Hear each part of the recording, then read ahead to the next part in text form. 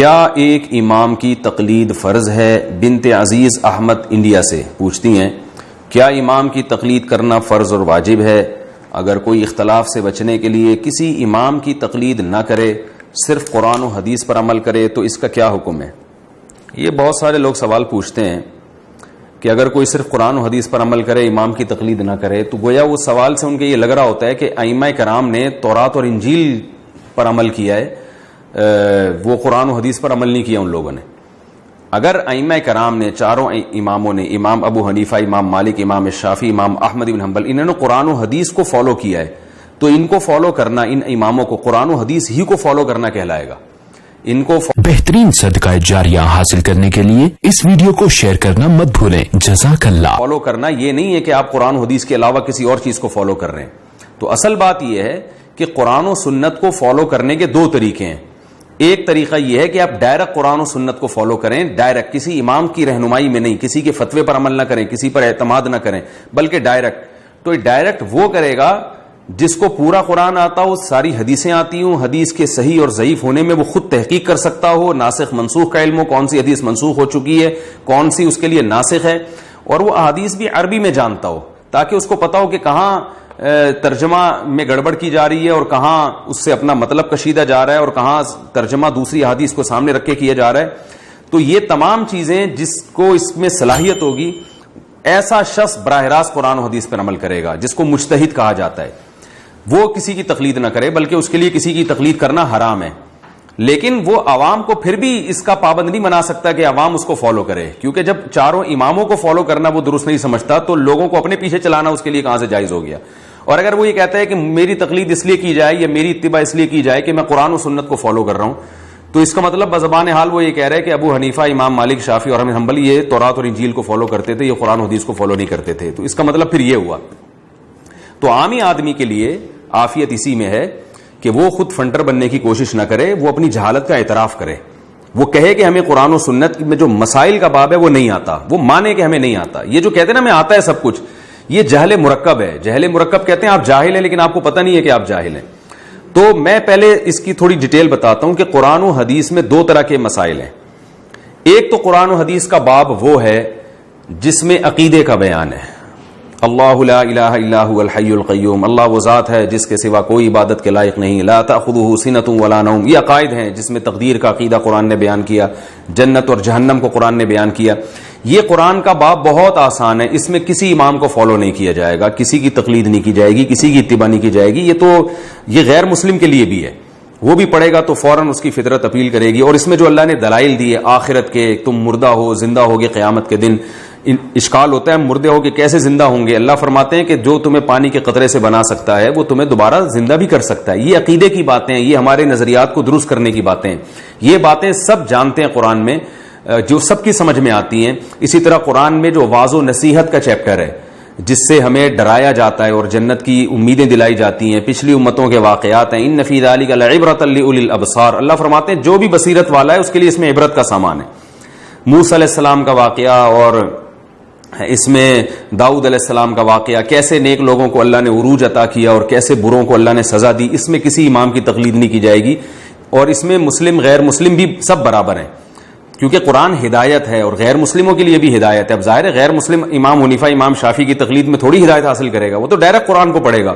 تو قرآن کے جو عقیدے کا باب ہے اور نظریات کی اصلاح کا جو باب ہے قرآن میں، یہ جو چیپٹر ہے یہ سب کے لیے، اور یہی وجہ ہے کہ بہت سے غیر مسلم قرآن پڑھ کے اسلام قبول کر لیتے ہیں، انہیں اپیل کرتی ہیں قرآن کی تعلیمات۔ قرآن کے دوسرے مضامین وہ ہیں جن کا عملی زندگی سے تعلق ہے، کہ ایک غیر مسلم یا ایک مسلمان جب قرآن پڑھ کر اس کا ایمان مضبوط ہو گیا، اسے جنت جہنم پہ یقین ہو گیا، اطمینان ہو گیا، اور اب وہ اس کے لیے عملی طور پہ تیار ہے کہ جس چیز کو اللہ نے حلال کیا میں اسے حلال سمجھوں گا، جس کو اللہ نے حرام کیا میں اسے حرام سمجھوں گا اور عمل کر کے دکھاؤں گا۔ تو اب عمل کا باب جب شروع ہوتا ہے تو اس میں بھی دو قسم کے احکام ہیں۔ ایک احکام وہ ہیں جن کو قرآن نے بہت وضاحت سے بیان کر دیا، اس میں بھی کسی امام کی تقلید نہیں ہے، جیسے قرآن نے کہا لا تقربوا الزنا، زنا کے قریب مت پھٹکو، وراثت کا مال مت کھاؤ، عورت کی وراثت مت کھاؤ، اور مہر ادا کر دیا کرو، ان کی مرضی کے بغیر مہر کو ہاتھ مت لگاؤ، اور جو ہے طلاق کے بعد عورت پہ ظلم نہ کرو۔ اس طرح کے جو معاشرتی برائیاں ہیں، ماں باپ کی کے بارے میں وصیت کی قرآن نے کہ اچھا سلوک کرو ان کے ساتھ، اور اس طرح کے جو احکام ہیں قرآن مجید میں یہ بہت اللہ نے وضاحت سے بیان کر دی ہے. ان میں بھی کسی امام کی تقلید نہیں کی جائے گی. میں اگر اپنے باپ سے اچھا سلوک کروں تو اس کا مطلب نہیں کہ امام حنیفہ نے مجھے کہا ہے اس لیے میں اچھا سلوک کروں. قرآن نے کہا ہے، نبی صلی اللہ علیہ وسلم کا واضح احکامات ہیں اس بارے میں. تو یہ وہ منسوخ احکام ہیں جن کے دو مطلب نہیں ہیں، اور ان میں ناسخ اور منسوخ کی بحث ہی نہیں ہے کہ کون سی آیت ناسخ ہے، کون سی منسوخ ہے، کون سی بات کی، کون سے پہلے کی، ایسی بحث ہی نہیں ہے. یہ چیپٹر بھی قرآن نے بہت آسان رکھا ہے، تو اس میں بھی آپ کسی کی تقلید نہیں کریں گے. آگے ہم جب گہرائی میں جاتے ہیں تو پھر کچھ قرآن کی آیتیں ایسی ہیں جس میں اجمال ہے، ان کے دو مطلب بھی نکل سکتے ہیں، یا بعض دفعہ ہم دیکھتے ہیں قرآن کی آیت حدیث سے ٹکرا رہی ہوتی ہے، بظاہر ظاہر ہے حقیقت میں تو نہیں ٹکرا رہی، لیکن ہم اپنی کم علمی کی وجہ سے ہمیں ایسا لگتا ہے کہ یہ دو ایک دوسرے کے اپوزٹ جا رہی ہیں. بعض آیتیں ایسی ہوتی ہیں جن کے لغوی معنی ہی دو ہوتے ہیں، یعنی دو مطلب نکل رہے ہوتے ہیں اس کے. جیسے قرآن مجید میں آتا ہے والمطلقات یتربصن بانفسهن ثلاثه قروء، کہ جو طلاق یافتہ عورتیں ہیں وہ طلاق کے بعد 3 قرء عدت گزاریں گی. قرء، اب قرء کا لفظ استعمال ہوا جس کی جمع قروء آتی ہے. اب قرء عربی میں حیض کو بھی کہتے ہیں اور پاکی کی ایام کو بھی کہتے ہیں، طہر کو بھی کہتے ہیں. اب امام حنیفہ نے اس کا معنی مراد لیا ہے حیض، لہذا ان کا قول یہ ہے کہ جب عورت کو طلاق ہوگی تو 3 حیض گزرنے کے بعد عدت پوری ہوگی. امام شافعی کہتے ہیں نہیں، اس سے مراد ہے طہر، لہذا جب عورت کو طلاق ہوگی تو 3 دفعہ جب پاکی کی ایام گزریں گے حیض آنے کے بعد تو پھر عورت کی عدت پوری ہوگی. اب ہم اگر قرآن سے پوچھتے ہیں کہ قرء کا کیا مطلب ہے، تو قرآن تو عربی میں نازل ہوا اور قرء کا مطلب عرب دونوں معنوں میں استعمال کرتے تھے. تو ایسی بہت ساری آیتیں قرآن مجید میں. پھر اسی طرح جب ہم حدیث کی طرف جاتے ہیں تو احادیث بھی بعض مضامین بہت وضاحت سے حدیث میں بیان کر دی ہیں رسول اللہ صلی اللہ علیہ وسلم نے، ان میں فقہا کا اختلاف ہی نہیں ہوا، اس لیے کہ اتنی وضاحت سے بیان کر دی ہے کہ اس میں فقہا کی دو رائے بنی نہیں ہے، اس میں سب کا اتفاق ہے. تو ان مسائل میں بھی کسی کی تقلید نہیں کی جاتی، ان کو منصوص مسائل کہا جاتا ہے، صریح الدلالہ، یعنی وہ احکام وضاحت سے بیان کر دیے اور ان کا مطلب بھی بالکل واضح ہے. لیکن احادیث میں بھی ہم جب جاتے ہیں گہرائی میں تو بہت سے احکام احادیث میں ایسے وارد ہوئے ہیں کہ ہمیں ایک حدیث ملتی ہے، اس حدیث کے اپوزٹ دوسری حدیث ملتی ہے. اب دو حدیثوں میں ٹکراؤ ہو رہا ہے، ایسے موقع پہ کس حدیث کو ترجیح دینی ہے؟ تو یہ کام پھر عامی آدمی کا نہیں ہے، مجتہدین کا کام ہے. اسی طرح کون سی حدیث پہلے کی ہے کون سی بات کی، بعض دفعہ یہ پتہ نہیں ہوتا، مجتہد اجتہاد کر کے فیصلہ کرتے ہیں کہ یہ بات کی ہے اور یہ والی پہلے کی، لہذا یہ بعد والی کو فالو کریں گے، پہلی والی کو فالو نہیں کریں گے، حالانکہ تاریخوں کا علم نہیں ہوتا، اس میں اجتہاد ہوتا ہے. تو اس طرح بہت ساری مثالیں ہمیں ملتی ہیں. یہی وجہ ہے کہ پھر فقہا کا اس میں اختلاف ہوتا ہے، یعنی اختلاف ہونا اس کی علامت ہے کہ قرآن و سنت میں یہ والے مسئلے جس میں علماء کا اختلاف ہوا یہ اتنے واضح نہیں تھے. اگر واضح ہوتے تو ابو حنیفہ اور امام شافعی جیسے لوگوں کا اختلاف کیوں ہوتا ہے اس میں، حالانکہ وہ تو سارے حدیث کے ماہر تھے اور تابعین تبع تابعین کے زمانے میں تھے. امام احمد بن حنبل تو امام بخاری کے اساتذہ میں سے ہیں، ان کا امام شافعی سے اختلاف ہوا، حالانکہ امام شافعی امام احمد بن حنبل سے بھی زیادہ سینئر ہیں. اسی طرح امام مالک تو سب سے سینئر ہیں، حدیث میں سب سے بڑے عالم سمجھے جاتے تھے، لیکن امام شافعی کا ان سے اختلاف ہوا. پھر ہم دیکھتے ہیں کہ امام مالک اپنی موطا میں حدیث لے کر آ رہے ہیں، فتویٰ اس کے خلاف دے رہے ہیں. ایسی بھی بہت سی مثالیں ہمیں ملتی ہیں، اس لیے کہ وہ کہہ رہے ہیں کہ یہ حدیث میں لے کر تو آ رہا ہوں لیکن اس کا یہ مفہوم نہیں ہے، اس کا مفہوم کچھ اور ہے، دوسرے اس کا وہی مفہوم لے رہے ہیں. تو یہ وہ بحث ہے کہ یہ احکام حدیث میں ہیں لیکن واضح الدلالہ نہیں ہے، اور کچھ ایسے ہیں جو سرے سے حدیث میں ہے ہی نہیں، ان میں اجتہاد ہے. تو اس قسم کے جو احکام ہوں گے اس میں عامی آدمی کی ذمہ داری ہے کہ وہ ان میں کسی ایک امام کو فالو کرے اور باقیوں کو بھی برحق سمجھے. وہ یہ کہے کہ میں خود قرآن و حدیث پر عمل کروں گا، یہ دعویٰ ایک جاہل آدمی، یعنی ان مسائل میں کہ میں براہ راست قرآن و حدیث پر عمل کروں گا، تو یہ اس کی علامت ہے کہ یہ اپنے جہل کا اعتراف نہیں کر رہا، آتا واتا کچھ بھی نہیں ہے، لیکن اپنے آپ کو ان ائمہ سے بھی بڑا سمجھ رہا ہے ایک آدمی. ایسے ہی ہے جیسے ایک عامی آدمی ڈاکٹر سے کہے کہ میں علاج آپ سے نہیں کراؤں گا، میں میڈیکل سائنس کی کتابیں پڑھ کے خود دوا کھاؤں گا. تو اس کا مطلب یہ کہ آپ اپنے آپ کو وہ بے وقوف ہے جو 4 سال جس نے میڈیکل کالج میں گزارے اور 2 سال اس نے ٹریننگ بھی کی اور ساری دنیا اس کو ڈاکٹر کہہ رہی ہے. تو یہ جو چاروں ائمہ کرام ہیں انہوں نے پوری زندگی قرآن و سنت کے سیکھنے میں لگائی اور پوری امت نے گواہی دی ہے کہ یہ قرآن و سنت کے بہت بڑے مجتہد تھے. اور صدیوں پوری امت نے ان کو فالو کیا ہے، بلکہ جو اسلامی حکومتیں قائم ہوئی ہیں اس میں انہی کا قانون نافذ کیا گیا ہے. یہاں تک کہ اب بھی سعودی عرب میں امام احمد بن حنبل کا فقہ نافذ ہے، خلافت عثمانیہ میں فقہ حنفی نافذ تھا، اندلس کی جو خلافت ہے اس میں فقہ مالکی نافذ تھا، ملیشیا میں اب تک فقہ شافعی کو فالو کیا جا رہا ہے. تو 1000 سال سے زیادہ عرصہ ہو گیا امت انہی میں سے کسی ایک سے جڑی ہوئی ہے اور انہی میں سے کسی ایک کو فالو کرتی رہی ہے. جیسے امت نے حدیث کے باب میں امام بخاری کو امام مانا، امام مسلم کو امام مانا، تو فقہ کے باب میں یعنی مسائل کا علم، اس باب میں امت نے گواہی دی ہے کہ ابو حنیفہ، امام مالک، شافعی اور احمد بن حنبل یہ امت کے مجتہد ہیں، امام ہیں، فقہ کو مسائل میں ہم ان کو امام مانتے ہیں. تو پھر بھی اگر کوئی اجتہاد کے ایسے عظیم درجے پہ پہنچ گیا ہے کہ وہ اپنے آپ کو ان ائمہ سے زیادہ فنٹر سمجھتا ہے، یا فنٹر کا لفظ نامناسب ہے، اپنے آپ کو اس سے زیادہ عالم، بڑا عالم سمجھتا ہے، تو وہ ان کی تقلید نہ کرے. وہ ٹھیک ہے، وہ کہے میں ڈائریکٹ قرآن و سنت کو فالو کروں گا. کوئی اس مقام تک اگر پہنچ گیا ہے کہ وہ سمجھتا ہے کہ میں ان سے بھی آگے جا چکا ہوں، تو ٹھیک ہے، وہ لیکن وہ اپنی تقلید پھر بھی نہیں کروا سکتا اور اپنے لوگوں کو اپنا فرما بردار پھر بھی نہیں بنا سکتا. اس لیے کہ جب آپ سے بڑے بڑے لوگ موجود ہیں تو آپ پھر انہی کی طرف لوگوں کو ریفر کریں کہ ان سے ان کے فقہ کو فالو کرو. یہاں لوگ ایک اشکال یہ کرتے ہیں کہ اگر ہم نے تقلید کرنی ہی ہے یا فالو کرنا ہی ہے تو ان چاروں اماموں کو کیوں، صحابہ کو ہم کیوں فالو نہیں کر لیتے جو ان سے بھی بڑے تھے. تو یاد رکھیں یہ سوال ایسے ہے جیسے کوئی کہے کہ میں حدیث جب لینی ہے تو امام بخاری کی حدیث کیوں لوں، حضرت ابو ہریرہ کی کیوں نہیں لے لیتا. تو اس کو یہی کہا جائے گا امام بخاری نے حضرت ابو ہریرہ ہی کی حدیثیں لی ہیں اور دوسرے صحابہ کی لی ہیں، لیکن امام بخاری کا یہ امت پر احسان ہے کہ انہوں نے حدیثوں کو جمع کر دیا ہے، یہ کام انہوں نے کیا ہے. تو اسی طرح صحابہ کرام نے فقہ کو مرتب نہیں کیا. ان کے فتاوی تو ہمیں ملتے ہیں لیکن مرتب نہیں ملتے کہ وضو کے باب سے لے کے وراثت اور حدود اور قصاص اور غسل کے حکام پوری ترتیب سے ہمیں قانون ایک کتابی شکل میں مل جائے. یہ کام صحابہ نے کیا نہیں ہے، یہ ائمہ اربعہ کے شاگردوں نے کیا ہے. تو لہذا ان کا فقہ مدون ہے، اس میں سب چیزیں مل جائیں گی. ہے یہ وہی فقہ جو صحابہ کرام کا تھا، یعنی اس میں آپ کو حضرت ابو ہریرہ کے اقوال پر بھی فتویٰ ملے گا، عبداللہ بن مسعود کے اقوال پر بھی فتویٰ ملے گا. ان ائمہ نے اپنی طرف سے کچھ نہیں کیا. ہاں یہ ضرور کیا کہ صحابہ میں اگر کسی مسئلے میں اختلاف تھا تو انہوں نے جن صحابی کی بات ان کو دلیل کے زیادہ قریب لگی اس پہ فتویٰ دے دیا اور پھر امت نے اسی کو فالو کرنا شروع کر دیا. تو اس لیے یہ جو آپ نے سوال کیا ہے نا کہ اگر ہم تقلید نہ کریں اور ہم قرآن و سنت کو فالو کریں، یہ سوال ہی غلط ہے. اس لیے کہ آپ نے ان ائمہ کی تقلید کو قرآن و سنت کے علاوہ کچھ اور قرار دے دیا ہے. حالانکہ انہوں نے چونکہ قرآن، اس کی میں اکثر ایک مثال دیتا ہوں کہ ایک گاڑی اگر حیدرآباد جا رہی ہے اور آپ کو پتہ ہے کہ یہ حیدرآباد جا رہی ہے، تو آپ اگر اس گاڑی کو فالو کرتے ہیں تو پھر یہ کہنا کہ تمہیں تو چاہیے تھا حیدرآباد جاؤ، تم اس گاڑی کے پیچھے جا رہے ہو. تو بھائی جب پتہ ہے کہ یہ گاڑی حیدرآباد ہی جا رہی ہے تو اس گاڑی کے پیچھے چلنے والا حیدرآباد جانے والا ہی کہلائے گا. حیدرآباد جانے کے دو طریقے، ایک یہ کہ کسی کو حیدرآباد کا راستہ معلوم ہے وہ ڈائریکٹ جائے، جس کو معلوم نہیں ہے تو وہ اس گاڑی کے پیچھے چلے جس کو حیدرآباد کا راستہ معلوم ہے. نہ آپ کو خود معلوم حیدرآباد کا راستہ، نہ آپ اس گاڑی کے پیچھے چل رہے ہو جس کو حیدرآباد کا راستہ معلوم ہے، تو اس کا مطلب ہے آپ جا ٹھٹھا رہے ہو، لیبل اس پہ آپ حیدرآباد کا لگا رہے ہو. تو نہ آپ کو پورا قرآن و سنت خود آتا ہے اور نہ ایسی کی تقلید کر رہے ہو جس کو آتا ہے. اس کا مطلب یہ کہ آپ قرآن و سنت کو فالو نہیں کر رہے، آپ کچھ اور گمراہی پھیلا رہے ہیں، فرقواریت پھیلا رہے ہیں، لیبل اس پہ قرآن و سنت کا لگا رہے ہیں. تو قرآن و سنت کو فالو کرنے کے دو ہی طریقے ہیں، براہ راست یا کسی کی اتباع، اور یہ دونوں طریقے قرآن سے ثابت ہیں. قرآن مجید میں اللہ تعالیٰ کا ارشاد ہے اتبعوا ما انزل الیکم من ربکم، اللہ نے جو قرآن نازل کیا اس کو فالو کرو. یہاں براہ راست فالو کرنے کا حکم.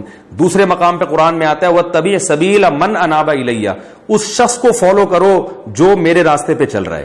یہاں شخصیت کا واسطہ درمیان میں آ گیا.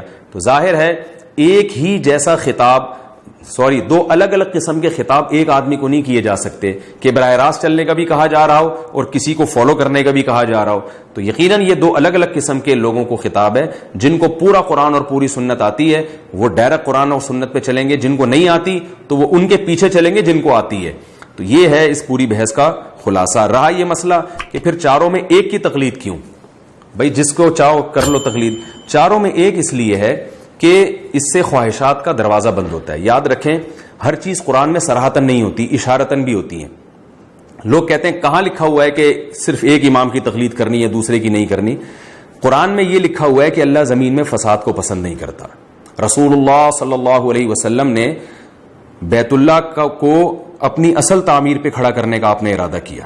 آپ چاہتے تھے کہ بیت اللہ کو اس تعمیر پہ لائیں جہاں ابراہیم علیہ السلام نے، یعنی جو اس کی جو دیوار ذرا یعنی وہ مستطیل شکل میں بن جاتا. لیکن آپ نے یہ ارادہ اس لیے ترک کر دیا کہ زمانہ جاہلیت کے جو نئے نئے لوگ ابھی مسلمان ہوئے ہیں وہ یہ کہیں گے کہ یہ قبلے کو گویا تبدیل کر رہے ہیں, ابراہیم علیہ السلام والا قبلہ نہیں ہے, کوئی اور قبلہ بنا رہے ہیں. تو اس اچھا کام کے باوجود آپ صلی اللہ علیہ وسلم نے فساد کی وجہ سے اس ارادے کو ترک کر دیا کہ امت میں ایک فتنہ نہ کھڑا ہو جائے.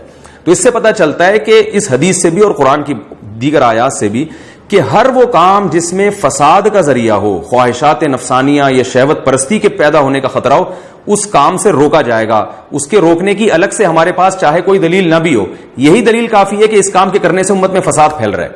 تو اب اگر ہم پبلک کو اجازت دے دے کہ وہ جب چاہے جس فقہ کو فالو کرے تو دین ایک تماشا بن جائے گا.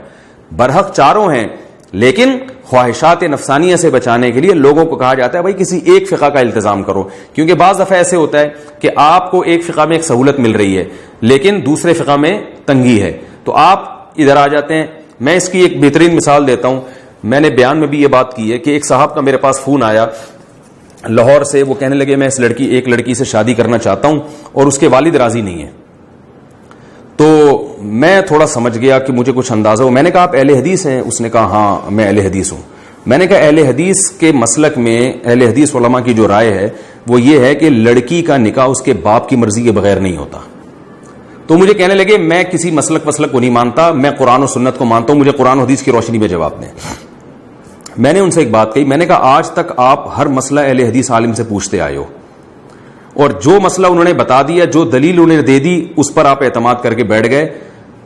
اس پوری زندگی میں آپ نے کبھی مجھ سے کسی مسئلے کے لیے رابطہ نہیں کیا کہ جی مفتی صاحب آپ بتائیں کہ یہ ہمارے اہل حدیث نے جو یہ فتویٰ دیا ہے یہ قرآن و سنت کی روشنی میں درست ہے یا نہیں. میں نے کہا اسپیسیفک اس فتوے کے بارے میں آپ کو قرآن و سنت کا خیال کیوں آ رہا ہے؟ یقیناً یہ شہوت پرستی ہے کہ آپ کو جب 3 طلاق کو ایک کہنا تھا تو اہل حدیث کے فتوے کو فالو کیا. اب کوئی لڑکی سے عشق ہو گیا اور وہ جناب آپ کو بہت زیادہ پسند آ رہی ہے اور اس میں ابا راضی نہیں ہے, تو یہاں فقہ حنفی کے مفتیوں سے فتویٰ لیا جا رہا ہے. یہ شہوت پرستی ہے, اس کو کوئی بھی حلال نہیں کہتا. علامہ ابن تیمیہ رحمہ اللہ نے ایک بڑی اچھی مثال دی ہے کہ ایک شخص نکاح کرتا ہے اور گواہ اس کے فاسق ہوتے ہیں. امام شافعی کہتے ہیں کہ فاسق گواہوں کی موجودگی میں نکاح نہیں ہوتا, لیکن اس نے کہا کہ ابو حنیفہ رحمہ اللہ کی رائے یہ ہے کہ نکاح ہو جاتا ہے. میں اس معاملے میں امام ابو حنیفہ کی رائے کو فالو کر رہا ہوں, اور اس نے نکاح کر لیا. اب یہ غصے میں آ کے دھڑا دھڑ 3 طلاقیں دے دیتا ہے. اب 3 طلاقیں دینے کے بعد تو امام شافعی بھی کہہ رہے ہیں نکاح ختم ہو گیا, امام ابو حنیفہ بھی کہہ رہے ہیں, لیکن یہ کہتا ہے کہ امام شافعی کے فقہ کے مطابق تو میرا نکاح سرے سے ہوا ہی نہیں تھا کیونکہ گواہ فاسق تھے. جب نکاح ہی نہیں ہوا تو یہ عورت اجنبی ہے, لہذا 3 یا 10 بھی دے دی تو کچھ بھی نہیں ہوا, لہذا میں دوبارہ سے نکاح کر سکتا ہوں. تو یہ پریکٹیکلی یہ فساد ہونے لگا تھا اور یہ حقیقت ہے. آپ وضو کر کے آئے اور کسی عورت کو آپ کا ہاتھ لگ گیا. امام شافعی کہتے ہیں عورت کے ہاتھ لگنے سے ہی آپ کا وضو ٹوٹ گیا. آپ کہتے ہیں میں امام حنیفہ کے فقہ کو فالو کرتا ہوں, ان کے نزدیک ہاتھ لگنے سے وضو نہیں ٹوٹتا. تھوڑی دیر میں آپ کا بلڈ نکلا, خون نکل کے بہہ گیا. اب لوگ کہہ رہے ہیں بھائی آپ وضو کرو دوبارہ, کیونکہ امام ابو حنیفہ جن کو آپ ابھی فالو کر رہے تھے ان کی رائے کے مطابق تو آپ کا وضو ٹوٹ گیا. وہ کہتے ہیں نہیں اس مسئلے میں امام شافعی کو فالو کر رہا ہوں. تو یہ تماشا بن جائے گا. جب ایک چیز کا آپ نے التزام کیا فساد سے بچنے کے لیے تو اسی کا آپ کو التزام کرنا پڑے گا. ہاں اسی فقہ کے بڑے علماء اگر گنجائش دیں, جیسے کہ ہر فقہ میں اس کی اجازت ہے کہ کچھ حالات میں آپ دوسرے فقی کے قول کو لے سکتے ہیں, دوسرے امام کے قول کو لے سکتے ہیں, ایسی کنڈیشن بھی ہیں. لیکن یہ علماء کو معلوم ہوتی ہیں کہ کس کنڈیشن میں آپ اپنا فقہ چینج کر سکتے ہیں, کس میں نہیں. تو اگر علماء ہی اجازت دے دیں ان تمام اصول اور ضوابط کو سامنے رکھ کر پھر تو ٹھیک ہے. عامی آدمی کو اس کی اجازت قطعاً نہیں دی جا سکتی. اس سے دین تماشا بن جاتا ہے اور بن چکا ہے. ابھی ریسنٹلی چند دن پہلے کی بات ہے, ایک صاحب نے بیوی کو 3 طلاقیں دی. وہ میرے پاس آئے, میں ان کو بتایا طلاقیں ہو گئی ہیں. کہہ رہے میں نہیں مانتا, میں کسی عالم کو نہیں مانتا, مفتی کو نہیں مانتا, میں نے سعودی عرب کے فلاں مفتی کا فتویٰ ہے قرآن و حدیث کی روشنی میں, اور اس فتوے کے مطابق وہ بن باز کا حوالہ دے رہے تھے. شیخ عبدالعزیز ابن عبداللہ ابن باز جو سابق مفتی اعظم تھے جن کا انتقال ہو گیا, اللہ مغفرت فرمائے, ان کا فتویٰ ہے کہ 3 طلاقیں ہوتی ہیں اور وہ قرآن و حدیث کی روشنی میں فتویٰ ہے. میں نے کہا یہ جو چاروں اماموں کا فتویٰ ہے نا, ابو حنیفہ, مالک, شافعی, حنبلی, ان چاروں کا اور تمام صحابہ کا فتویٰ ہے کہ 3 ہوتی ہیں, اور یہ تورات و انجیل کی روشنی میں نہیں ہے, یہ قرآن و حدیثی کی روشنی میں. میں نے کہا یہ سارے صحابہ ایک طرف, چاروں امام ایک طرف, اور امت کا اجماع ایک طرف, اور ایک بن باز رحمہ اللہ اگرچہ بڑے عالم تھے لیکن پوری امت سے ہٹ کر وہ 2-4 آپ کو علماء ایسے ملیں گے جنہوں نے اس کے خلاف فتویٰ دیا, ان کی رائے کو لے رہے ہو آپ, کہہ رہے ہیں نہیں وہ قرآن و حدیث پہ فتویٰ دیتے ہیں. اچھا, میں نے کہا ٹھیک ہے بھائی, تو بن باز کا میں نے کہا پھر ایک اور فتویٰ بھی ہے, اس کو بھی فالو کریں. کہہ رہے ہیں کیا ہے؟ میں نے کہا شیخ بن باز رحمہ اللہ تعالی کا فتویٰ یہ ہے کہ اگر کوئی شخص جان بوجھ کر ایک نماز چھوڑ دے وہ مرتد ہو گیا, کافر ہو گیا, اور اس کا بیوی سے نکاح ختم ہو گیا. تو میں نے کہا آپ بیوی کو رکھ لیں, مجھے پتا تھا یہ صاحب نمازی نہیں ہے. میں نے کہا جس دن آپ نے ایک نماز چھوڑی یا آپ کی بیوی نے نماز چھوڑی, آپ اسی وقت کافر ہو جائیں گے اور آپ کا نکاح ویسے ہی ختم ہو جائے گا. تو میں نے کہا اس میں تو پھر بھی گنجائش ہے کہ آپ کہیں اور شادی کر لیں, لیکن جو فتوے کو آپ لے رہے ہیں نا اس کے حساب سے انہی مفتی سے اگر دوسرا فتویٰ آپ لیں گے تو وہ بھی, اس میں تو آپ کے لیے کوئی بھی دنیا میں عورت حلال نہیں ہوتی جب تک آپ پکے نمازی نہیں بن جاتے, اور آپ کی بیوی بھی پکی نمازی نہیں بن جاتی. اور مجھے پتا ہے کہ نماز پڑھنے, نمازی بننے کا آپ کا مستقبل قریب میں کوئی پروگرام نہیں ہے, اللہ کرے ہو جائے, لیکن لگتا نہیں ہے آپ کے حالات سے. تو وہ ہکا بکا ہو گئے, کہتے ہیں یار یہ والا فتویٰ میں نہیں مانتا, شیخ بن باز کا یہ فتویٰ میں نہیں مانتا, میں 3 طلاق کا فتویٰ مانتا ہوں کیونکہ یہ قرآن حدیث کی روشنی میں ہے. میں نے کہا بھائی جان وہ جو انہوں نے کہا ہے نا کہ ایک نماز کا چھوڑ دینے والا کافر ہے, وہ بھی قرآن حدیث کی روشنی میں ہی کہا ہے, اس پہ ان کے پاس دلائل ہیں, وہ ہم نے نہیں یقین آتا تو میں وہ دلائل آپ کو پڑھ کے سناتا ہوں. اور میں نے کہا جو آپ حدیث پیش کر رہے ہو جس میں آتا ہے, صحیح مسلم کی حدیث ہے کہ نبی کے دور میں 3 طلاقیں ایک سمجھی جاتی تھیں, بالکل ایسے ہی الفاظ ہیں. عبداللہ بن مسعود کہتے ہیں ہم نبی کے دور میں کسی گناہ کو کفر نہیں سمجھتے تھے سوائے نماز چھوڑنے کو, نماز چھوڑنے کو ہم کفر سمجھتے تھے کہ نماز چھوڑنے والا کافر ہو جاتا ہے. تو میں نے کہا بالکل اسی جیسے الفاظ ہیں, تو لیکن نہیں مانے. تو یہ ہے شہوت پرستی, ایک مسلک کو فالو کرنے کا. اسی لیے کہا جاتا ہے کہ چاروں فقہ حنفی, مالکی, شافعی, حنبلی بالکل درست ہیں, بالکل برحق ہیں, اجتہادی اختلاف ہے. رسول اللہ صلی اللہ علیہ وسلم نے ارشاد فرمایا مجتہد جب اجتہاد کرتا ہے اگر وہ درست رائے تک پہنچے تو 2 اجر, اگر غلطی کرے تو بھی 1 اجر ملتا ہے. تو مجتہدین نے اپنی ثواب دید کے مطابق پوری ریسرچ کر کے امت کے سامنے پیش کر دی. اب امت کو مزید ریسرچ ان مسائل میں نہیں کرنی چاہیے, جدید مسائل میں ریسرچ کرنا چاہیے. جو مسائل حل ہو چکے ہیں ان میں سے آپ کسی بھی فقہ کو فالو کر لیں, یہ آپ کے لیے جنت میں جانے کا انشاءاللہ ذریعہ اور سبب ہوگا. اور اگر آپ نے دوبارہ قرآن و سنت کے نام پہ فروعی مسائل چھیڑے تو یہ قیامت تک حل نہیں ہوں گے. ان میں وہی پھڈا, وہی اختلاف اور اس سے امت متحد نہیں ہوگی. آپ نے جیسے بتایا نا کہ اختلاف سے بچنے کے لیے اگر کوئی کسی امام کی تقلید نہ کرے, اگر آپ تقلید نہیں کرتے کسی امام کی تو اختلاف کم نہیں ہوگا, بڑھے گا, کیونکہ ہر شخص اپنی تحقیق مارکیٹ میں لائے گا جیسے کہ لا رہا ہے, اور اس پہ قرآن و سنت کا لیبل, اور پھر ایک دوسرے کے خلاف طعن و تشنیع, ایک دوسرے کے خلاف کیچڑ اچھالنا, یہ جو کچھ ہمارے معاشرے میں ہو رہا ہے یہ تو ہوگا. اور بات یہ ہے کہ وہ پھر پورے طور پہ قرآن و سنت کو فالو بھی نہیں کرتے. ایک حدیث سامنے ہوتی ہے, دوسری سامنے نہیں ہوتی. ایک حدیث کو آپ صحیح سمجھ رہے ہیں, دوسرا امام اس حدیث کو صحیح سمجھ ہی نہیں رہا, یا ایک حدیث کو وہ صحیح سمجھ رہے ہیں, آپ صحیح نہیں سمجھ رہے. تو یہ حدیث کی صحت کا اختلاف, اس میں بھی آپ کو تقلید ہی کرنی پڑتی ہے. پورے علماء نے رسالے لکھے ہیں اس پر کہ کون سی حدیث صحیح ہے, کون سی ضعیف ہے. تو جب اتنی چیزوں میں آپ تقلید کر رہے ہیں تو مسائل میں بھی آپ ان علماء کی اگر تقلید کر لیتے ہیں جن پر پوری امت نے اعتماد کیا ہے تو یہ غلط نہیں ہے, شریعت کے بالکل اصولوں کے عین مطابق ہے. لوگ کہتے ہیں ہم اندھی تقلید نہیں کر سکتے, تو یاد رکھیں اندھی تقلید اس کی ہوتی ہے جس کے برحق ہونے پر آپ کو اطمینان نہ ہو. جیسے کہ مشرکین کیا کرتے تھے کہ جب ان سے کہا جاتا ہے کہ اپنے باپ دادا قرآن و سنت کو فالو کرو تو وہ کہتے تھے نہیں ہم اپنے باپ دادا کی اتباع کرتے ہیں. تو اللہ نے فرمایا اولو کان آباؤہم لا یعقلون شیئا ولا یہتدون, اگرچہ تمہارے باپ دادا نہ کچھ سمجھتے ہوں نہ ان میں عقل ہو پھر بھی ان کو فالو کرو گے. اس میں قرآن نے بتا دیا کہ اگر باپ دادا سمجھدار ہوں اور عقل رکھتے ہوں اور سیدھے راستے پر ہوں تو ان کو بہرحال فالو کیا جائے گا. جیسے کہ یوسف علیہ السلام نے جیل میں کہا تھا واتبعت ملت آبائی, میں اپنے باپ دادا کی دین کی اتباع کرتا ہوں, ابراہیم, اسماعیل اور اسحاق. تو پتہ چلا کہ اگر کسی امام کا دلائل سے برحق ہونا ثابت ہو جائے, یہ ثابت ہو جائے کہ یہ قرآن و سنت کو فالو کرتے ہیں, تو اس امام کو فالو کرنا قرآن و سنت ہی کو فالو کرنا کہلائے گا, یہ اندھی تقلید نہیں کہلائے گی. جیسے ایک میں نے وہی مثال جیسے دی کہ آپ حیدرآباد جا رہے ہیں تو آپ کو خود حیدرآباد کا راستہ معلوم نہیں ہے, آپ میں اتنی یعنی گوگل میپ کا استعمال نہیں آتا, یا آپ ایسی جگہ پر ہیں جہاں کوئی بتانے والا نہیں ہے, تو آپ کے پاس یہی راستہ ہے کہ بھئی یہ بس حیدرآباد جا رہی ہے تو اس کے پیچھے چلے جائیں. لیکن اگر آپ نے بس ایسے ہی کسی بس کے پیچھے چلنا شروع کر دیا, ایک آدمی نے بول دیا تھا حیدرآباد جا رہی ہے, آپ اس کے پیچھے چل گئے, تو یہ اندھی تقلید ہے. لیکن آپ نے پوری تحقیق کر لی, ڈرائیور سے معلوم کیا اور بہت سارے لوگوں سے کی گواہی ہو گئی کہ بھئی یہ واقعی حیدرآباد ہی جا رہی ہے. اس 100% اطمینان کے بعد جب اس آپ بس کو فالو کریں گے تو پھر یہ تقلید اندھی نہیں کہلائے گی بلکہ یہ تقلید علی وجہ البصیرہ کہلائے گی اور یہ عقل مند ہونے کی علامت ہوگی. تو آپ ساری دنیا کے علماء سے رابطہ کریں, ان سے پوچھیں کہ کیا ابو حنیفہ قرآن و سنت کو فالو نہیں کرتے تھے, کیا امام شافعی قرآن و سنت کو فالو نہیں کرتے تھے, کیا امام مالک قرآن و سنت کے علاوہ تورات اور انجیل کو فالو کرتے تھے, کیا امام احمد بن حنبل نے اسلام سے ہٹ کر کوئی نیا فقہ نکالا تھا.